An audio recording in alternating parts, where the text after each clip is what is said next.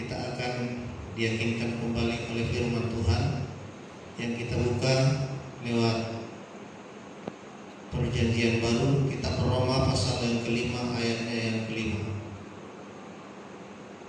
Perjanjian Baru, kitab Roma pasal yang kelima ayatnya yang kelima. Saya akan bacakan firman Tuhan. Dan pengharapan tidak mengecewakan, karena kasih Allah telah dicurahkan di dalam hati kita oleh Roh Kudus yang telah dikaruniakan kepada kita. Puji Tuhan. Haleluya.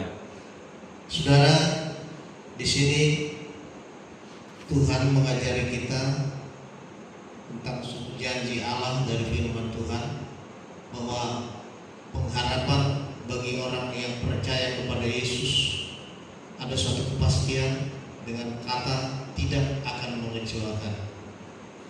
Berbeda dengan manusia, saudara, yang mungkin kita berharap kepada mereka, tapi bisa kita kecewa karena pengharapan dari manusia itu akan berubah dan pasti bisa berubah. Karena itu, saudara, malam ini kita percaya bahwa kita tidak akan mau menyandarkan pengharapan kita kepada sesuatu yang berubah. Saya tidak akan mau bersandar kepada sesuatu pengharapan yang berubah. Tapi saya mau diingatkan oleh firman Tuhan malam hari ini bahwa pengharapan yang saya harapkan ini adalah pengharapan yang tidak akan pernah berubah dulu, sekarang, dan sampai selama-lamanya. Pengharapan itu kenapa dikatakan oleh Tuhan tidak berubah? Karena dikatakan di sini, karena kasih Allah telah dicurahkan ke dalam hati kita oleh Roh Kudus. Pengharapan kasih Allah itu telah dicurahkan ke dalam hati kita oleh Roh Kudus. Pengharapan itu di dalam kasih Kristus tidak diteteskan kepada saudara dan saya, tidak diteteskan setetes-tetes, tapi dicurahkan melimpah dalam hidup kita. Itu sebabnya penulis Roma berkata bahwa kita tidak akan kecewa karena semua sudah tercurah. Ibarat dari gelas dicurahkan, ditumpahkan, saudara. Jadi melimpah hidup kita, saudara. Melimpah dalam segala aspek hidup kita. Karena itu, saudara, itu mungkin kalau saya dengan istri saya saja bisa kecewa. Sama dengan saudara, mungkin dengan anak-anak kita yakin bahwa anak kita akan sesuai dengan apa yang kita ajarkan, sesuai dengan apa yang dia janjikan. Tapi bisa kita kecewa terhadap anak kita, terhadap istri kita. Mungkin di pekerjaan, mungkin kita telah mempercayai kepada seseorang bawahan kita, kalau saudara sebagai atasan, bahwa saudara mempercayakan sesuatu kepadanya untuk dilaksanakan. Tapi saudara, kita bisa kecewa karena yang kita harapkan dari dia tidak akan kekal dan pasti akan berubah. Karena itu, saudara yang terkasih di dalam Tuhan, saya sebagai hamba Tuhan, saudara hamba Tuhan dan umat Tuhan, mari kita berpengharapan hanya kepada Yesus, karena pengharapan yang kita harapkan dari Dia tidak akan pernah berubah. Apa yang sudah dikatakan kepada kita malam hari ini tidak akan pernah kembali dengan sia-sia kepada Tuhan. Kalau Tuhan berjanji akan menolong saudara, maka pertolongan itu pasti saudara terima, sekalipun bukan sesuai dengan apa yang saudara harapkan hari ini akan terjadi. Tapi jelas Dia tahu kapan waktunya untuk menolong kita, saudara. Nah, kita, saudaraku, diberikan pengharapan kepada sesuatu yang tidak berubah. Seperti apa rupanya, saudara? Pengharapan yang dari Kristus itu, saudara. Kenapa dia tidak berubah? Nah, saudaraku, di dalam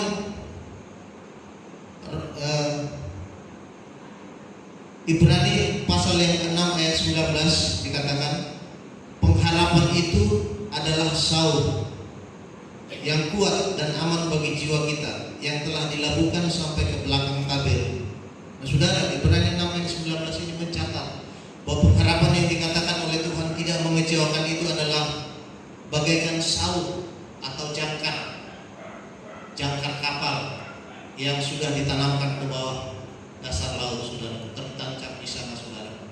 Dan di dalam firman ini Tuhan berkata yang telah dilabuhkan sampai ke belakang tubuh tabir. Artinya belakang tabir adalah ruang Maha Kudus. Artinya Bapak yang dikasih oleh Tuhan dilabuhkan sampai ke belakang tabir, artinya kita dekat dengan ruang Maha Kudus. Artinya ada sesuatu yang sangat dekat dengan Allah. Dilabuhkan jangkar itu sampai ke tabir, jauh ke belakang tabir. Artinya saudara, hubungan kita itu dengan Tuhan sangat dekat. Saudara pasti tahu jangkar, saudara. Kalau sudah tertancap di dasar laut, bagaimanapun bencana gelombang, tapi kapal itu tetap stabil. Ya mungkin pasti goyang, tapi dia tidak akan tenggelam, saudara.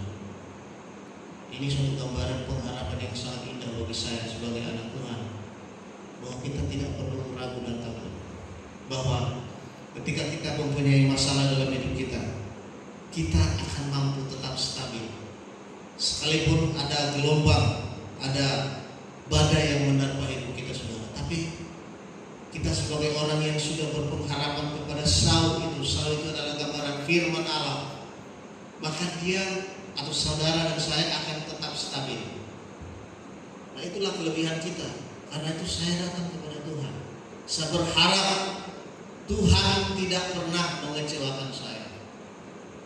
Saya yakin sepenuhnya bahwa meskipun saya sakit, namun sekalipun gelombang-gelombang menerpa hidup saya, mungkin dalam penderitaan, sekalipun saya terombang-ambing mungkin saudara, tetapi iman saya tetap stabil, percaya kepada Tuhan.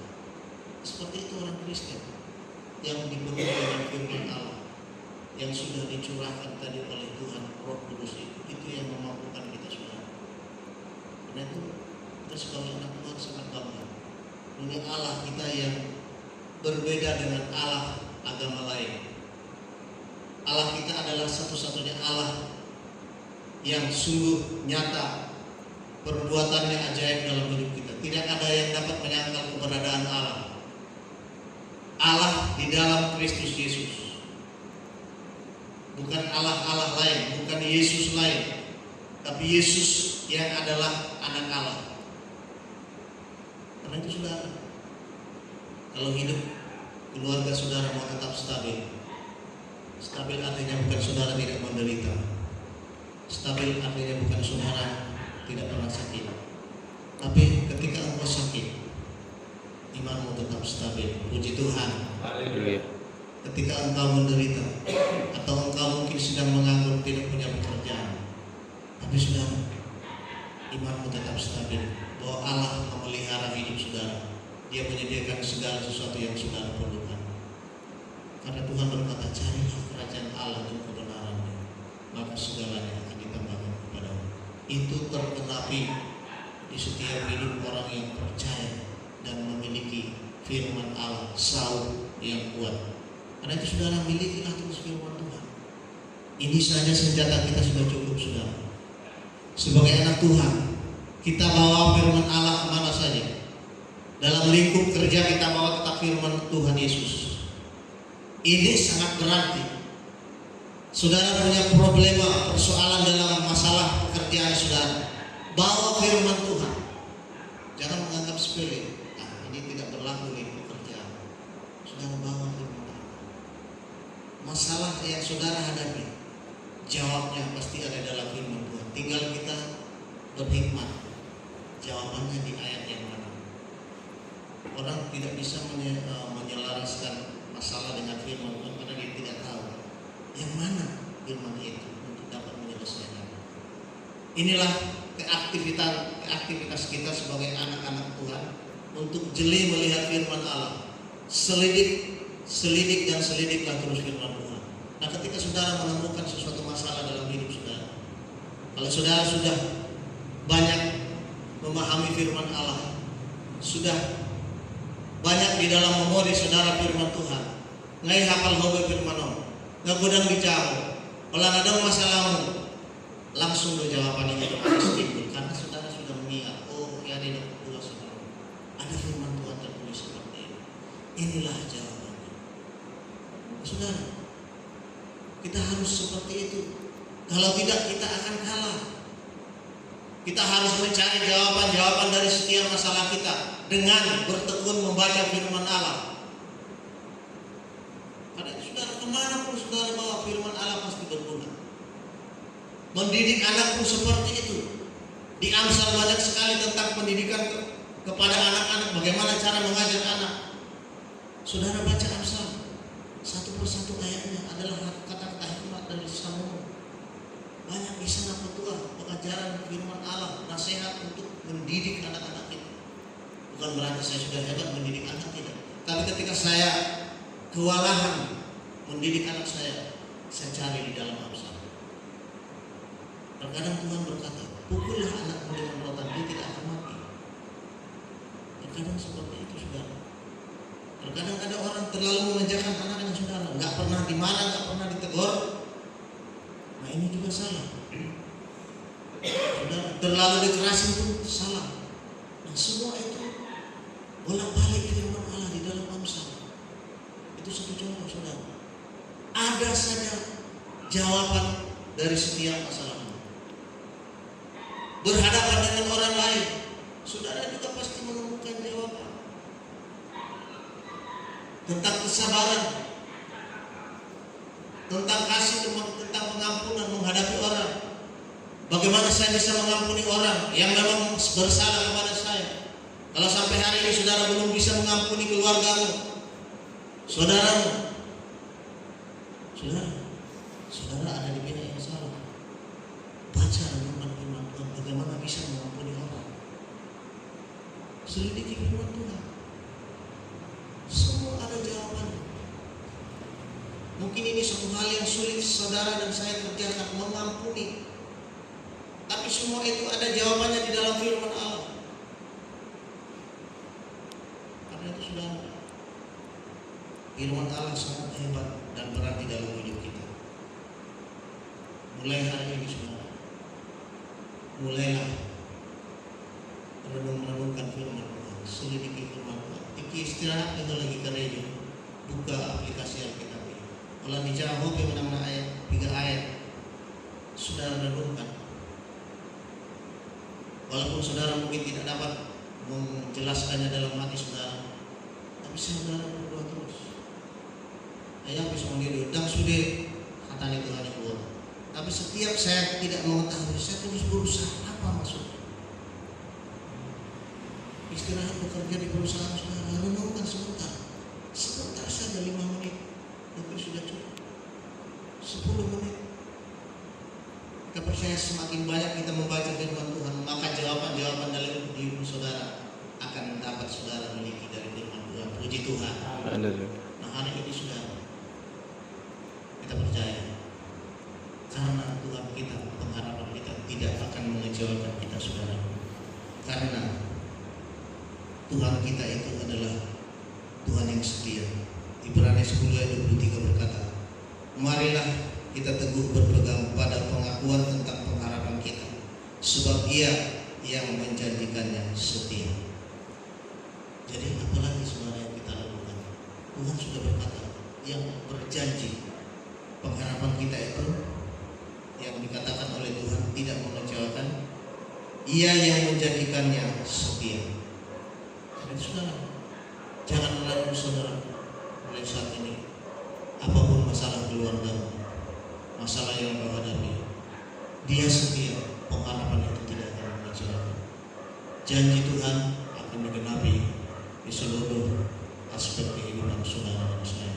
Malam hari ini renungkan firman Tuhan ini.